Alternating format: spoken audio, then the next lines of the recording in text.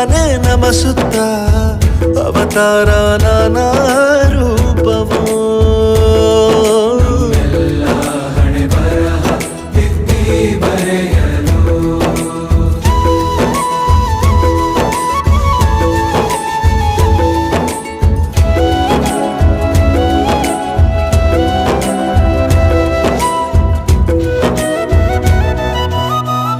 ಬಾಳಲ್ಲಿ ಲೆಕ್ಕ ಎಷ್ಟು ಮುಖ್ಯ ಎಂಬುದ ಬೆರಳಲ್ಲೇ ತೋರಿ ಕಲಿಸಿದ ಗುರುಗಳೇ.